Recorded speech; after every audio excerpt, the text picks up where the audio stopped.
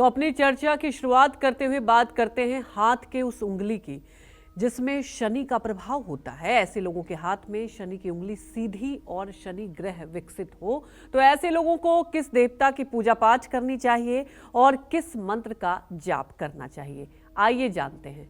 बताएं पंडित जी। देखिए, मैं अपने सभी दर्शकों को बताना चाहूँगा, ज्योतिष एक बहुत बड़ा व्यापक विषय है और जितना ज़्यादा ज्योतिष की गहराइयों में घुसते जाइए उतना ज़्यादा और रहस्य गहराता जाता है। कोई एक किताब नहीं है जिसे पढ़ करके कोई ज्योतिषी पूर्ण हो सके। कोई एक ऐसा मत नहीं है जिसके आधार पर ज्योतिष को पूर्ण कहा जा सके।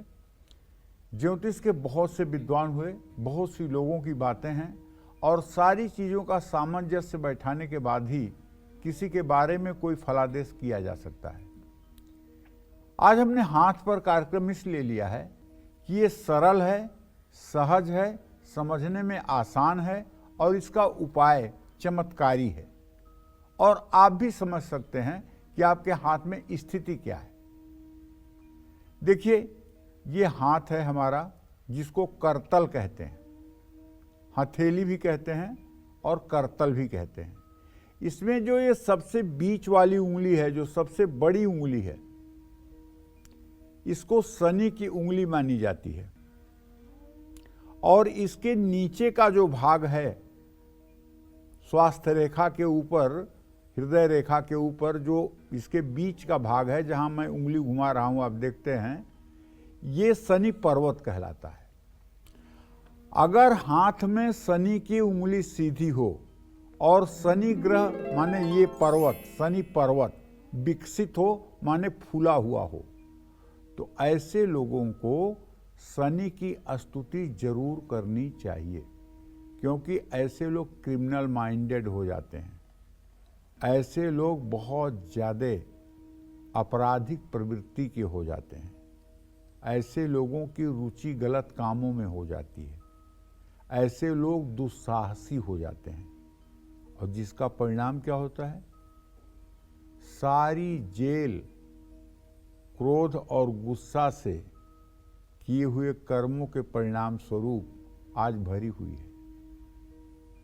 तो ऐसे लोगों को एक तो दाहिने हाथ की मिडिल फिंगर में लोहे का छल्ला पहनना चाहिए और दूसरा, हर रोज कम से कम कह रहा हूं, 108 बार शनि का मंत्र ओम सन्नो देवीरभिष्टय आपो भवन्तु पीतये संयोरभिस्रवन्तुनः या ओम संग सनश्चराय नमः या ओम नीलांजन समाभासम रविपुत्रम यमाग्रजम छाया मार्तंड संभूतम तम नमामि शनिश्चरम।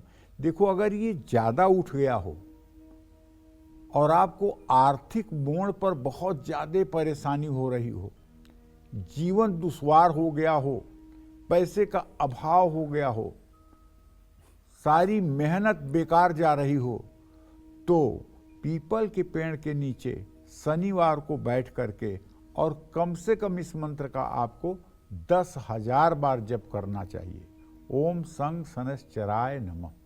1 घंटे में 2,500 मंत्रों का जप हो जाता है।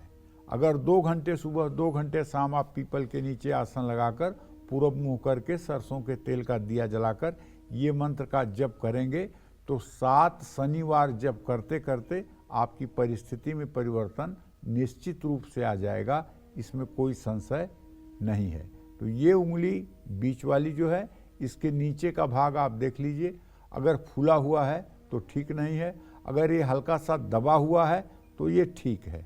हल्का सा दबा हुआ है तो ऐसा आदमी परिस्थितियों के अनुसार आचरण करता है। जय मां विंध्यवासिनी।